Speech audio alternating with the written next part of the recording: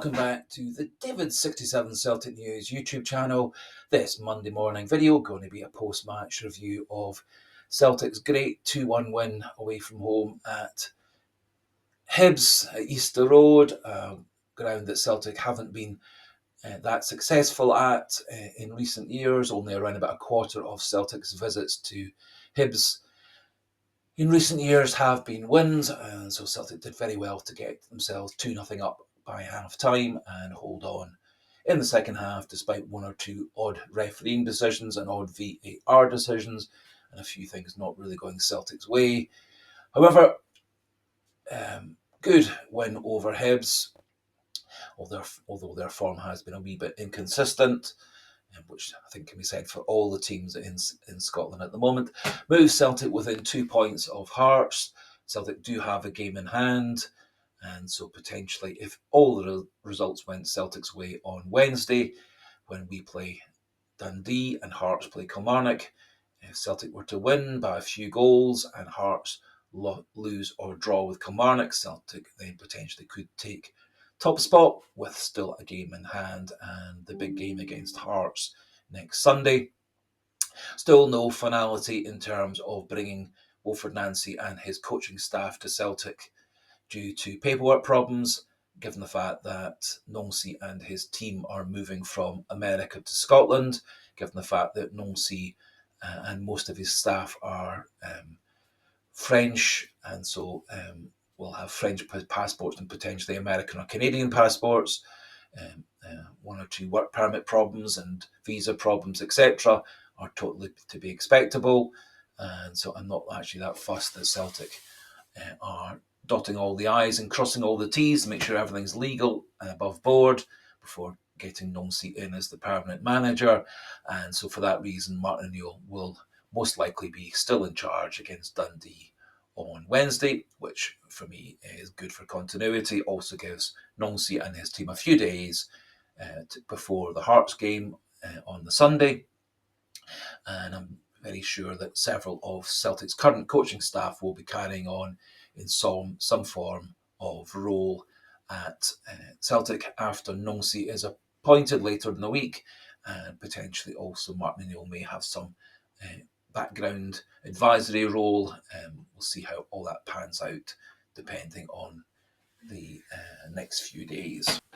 In terms of selection, Martin O'Neill pretty much went with exactly the same side that beat Feyenoord in Rotterdam on Thursday. The one change was Marcelo Sirachi coming in for Kieran Tierney. I think it was a good option to bring in Sirachi, get him some game time, and to give Kieran Tierney a wee bit of a rest. I think it was a good move. A bit surprised that he persisted with Luke McCowan as the right-sided midfielder, central midfielder role. I'm not convinced it worked terribly well against Feyenoord.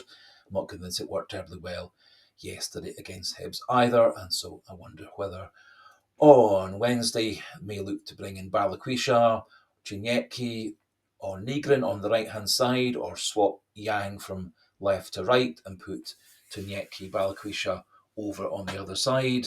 I'm not sure that the experiment with McCowan's working.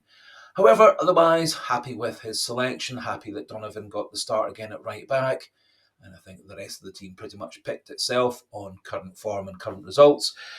To be fair, Hibs actually started the game better, keeping Celtic penned in their defensive third, making it very hard for Celtic to get the ball out of their own penalty box. Hibs had one or two wee half chances, an easy save for Kasper Schmeichel to make, but no real danger for Celtic's goal or their defenders. Celtic actually appeared to have taken the lead in the 10th minute. Hyun Yang getting in behind the Hibs defence, squaring for Dyson Maida, who scored. However, quite rightly, Yang was given offside as he was a step or two too early making his run, which was a shame because he didn't need to leave quite so early. Neither did Dyson Maida, because they both had so much more pace than the Hibs defenders. However, straight away, Hibs went down the other end. Good cross across Celtic's box. Boyle made a very good run. However, it was very well matched by Marcelo Sirachi, who pressurised Boyle into skewing his shot well wide of the post. And Sriracha also did very well not to give away a penalty kick or score an own goal. Both of those scenarios were equally possible. However, plus marks for Sriracha's very good defending. Next bit of controversy was possibly a wee bit of a dodgy yellow card for Colby Donovan. I think it was a late tackle. I don't think it was with a lot of force. It was below the ankle level, kind of on the heel and side of the boot level. It wasn't high, it wasn't reckless, it wasn't with a lot of force, so quite rightly a yellow card for me. However, quite a number of ex-referees were demanding a red card. Equally so, most referees and pundits and experts were suggesting that yellow card was quite the right decision. Celtic then got themselves more and more into the game. Some very, very good work by Dyson Maida, pressurising Bashiri into a rushed back pass to Salinger, the goalkeeper. Maida then got across to pressurise Salinger into a poor pass to one of the Hibs midfielders. Rio Hatate very quickly closed them down. Hibs player fell over. Hatate then squared to Maida, who had an open goal to score into. And after around about 27 minutes, Celtic took the lead. Celtic doubled their lead within about 90 seconds. Good passing across the Celtic box into Hatate. Brilliant flicked pass into Sriracha's run by Sriracha for about half the length of the pitch. Beautiful squared pass into space for Yang to run onto. Yang then did a wee bit of trickery, got a nice cross into the 6-yard area, and Arnie Engels making a very good run from the edge of his own box into the 6-yard box of Hibs. Bravely stooped to header, a powerful header past Salinger, the Hibs goalkeeper, and after around about 28 minutes, Celtic were 2-0 up. Celtic remained very much on top for the rest of the half, and indeed around about the 42nd minute, a brilliant series of about 20 passes by Celtic players. Callum McGregor then released Dyson Maida, who ran into the box, very cleverly backheeled the ball to Sriracha, who was following in behind him.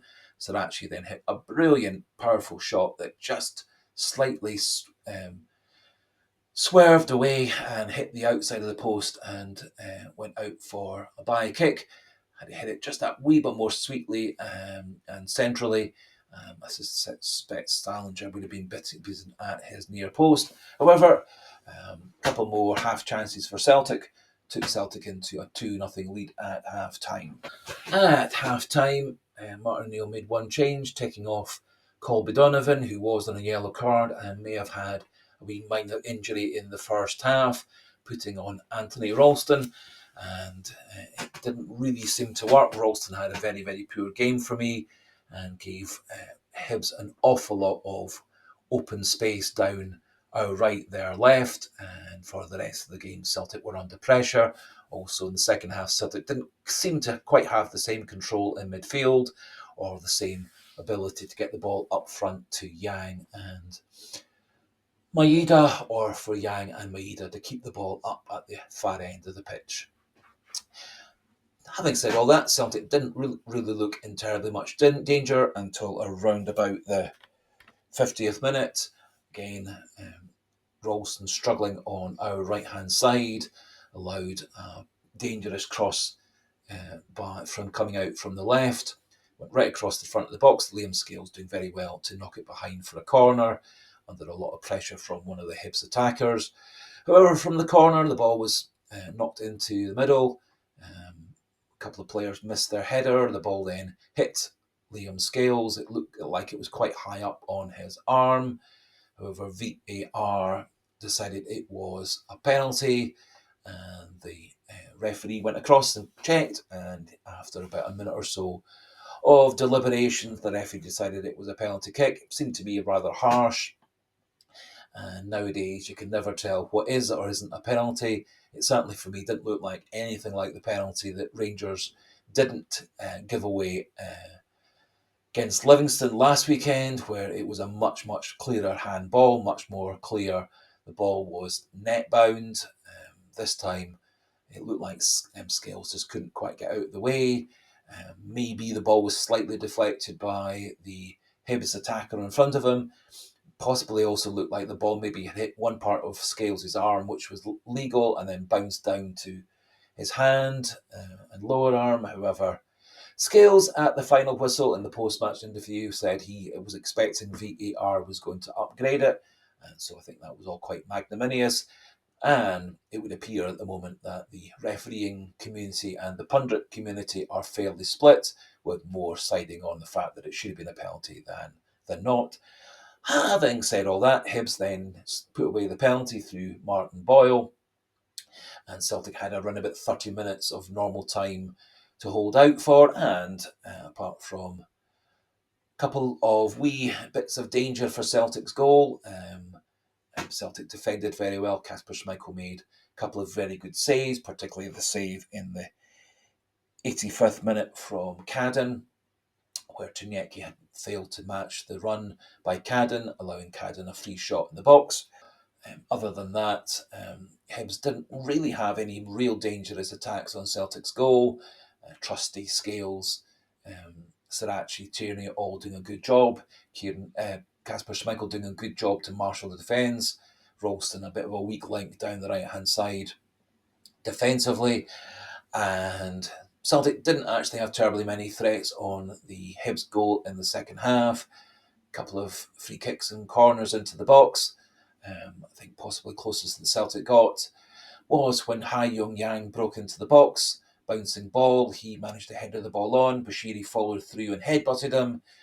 In some days, you might have thought that actually was reckless and dangerous, and thus a penalty kick. However, neither the referee nor VAR seemed to really consider it for more than 2 seconds.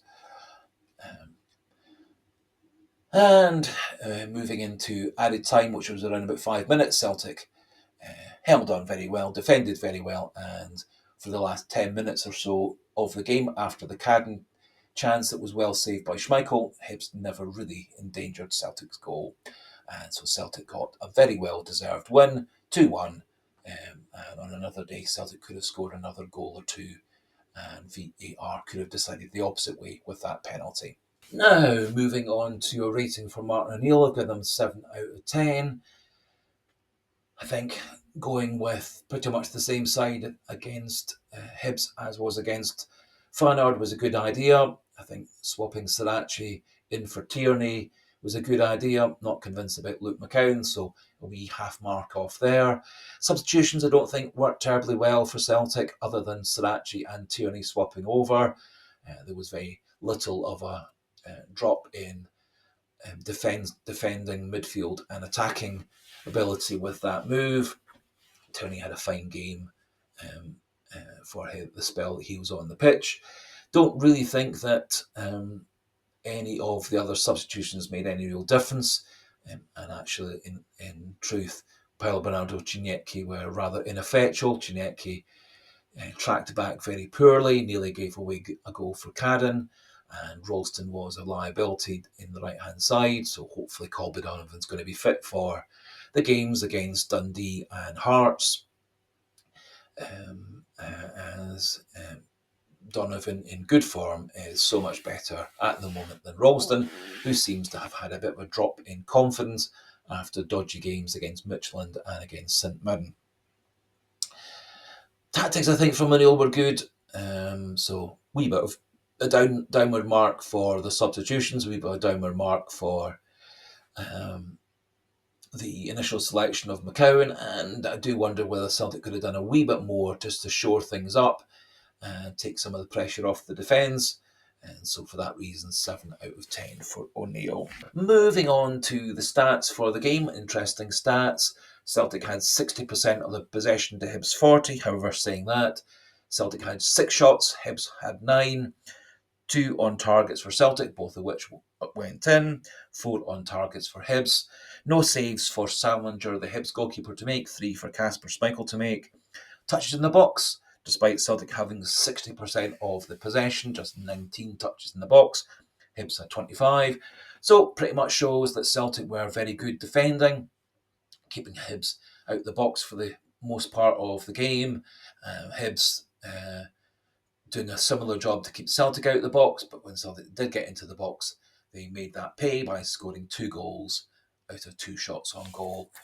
just with that 19 times into the box. Corners were pretty much equal, 4-3. Passing, good for Celtic, 562 passes, 86.8% accuracy, 91 backward passes, 165 forward passes, rather high, 306 lateral passes. However, for the most part, the lateral passes were good and quick, switching play from side to side or trying to probe for spaces and openings decisively, not the rather dithery, slow form under Rodgers. Slightly low, disappointing number of successful passes in the final third at 64 and crosses at 9. Wee bit poorer than similar stats against Feyenoord. However, again shows Celtic were very efficient in using the possession that they got, very efficient at using their passes to actually create dangerous openings, and when they got those openings, they put them away. So well done to Celtic, and well done to O'Neill and his players. Finally, player ratings, given Kasper Schmeichel an 8. I thought he had a really good game, made some good important saves at important times, particularly that save with 5 minutes of normal time to go from Karen. Made a couple of decent saves earlier on in the match. Came for crosses on several occasions, took command of his box a bit better than he often does, and his distribution nearly always was good.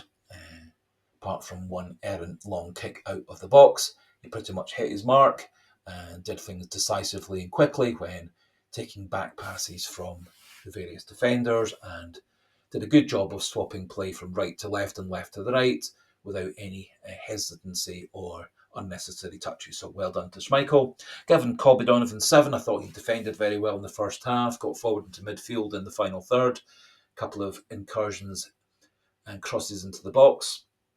Did give away a yellow card, but looks nice and solid defending pacey wingers, looks nice and solid helping out for corners, long throws and balls into the box, and I think Celtic did have quite a dip in defensive ability down our right-hand side when he went off at half-time, so hopefully he's back for Dundee and for Hearts. Given Trusty 7.5 and Scales 7, dropped Scales from 7.5 to 7 on the basis of he did give away that penalty and got yellow carded. I thought Trusty and Scales, for the most part, did a great job defending against Bowie and Boyle. A couple of times, as would be expectable, they gave away fouls. A couple of times, they didn't quite time their challenges perfectly, but I thought they actually controlled two very dangerous attackers very well.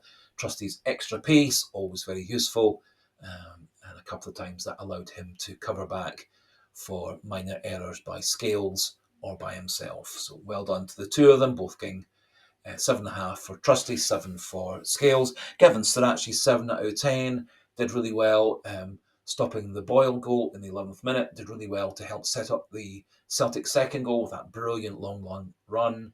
A couple of wee half errors and minor misplaced passes defensively, and maybe he was just slightly struggling in the second half before getting taken off around about the hour mark to get replaced by Tierney, so 7 for him. Given 7 for both Engels and McGregor, both did fine in midfield. Kind of double pivot role, some nice passes, some nice breakups, some nice tackles. Engels a couple of pretty decent deliveries from corners and direct free kicks. McGregor a pretty good job leading the team, keeping the team focused, so 7 for them, 7.5 for Hatate, who had a big hand in the first goal, pressurising the Hibs defender into falling over, then squaring Tamida for the goal, and big part in the second goal with his flick pass, putting Strachey into tons of pace in the lead up to the second goal, and Hatate had one or two nice passes and movements and tackles and breakups, and I was not sure that taking him off to replace him with Paulo Bernardo with 20 odd minutes to go was a good idea, and Celtic didn't seem quite so strong and in control after Hatate went off in the 76th minute.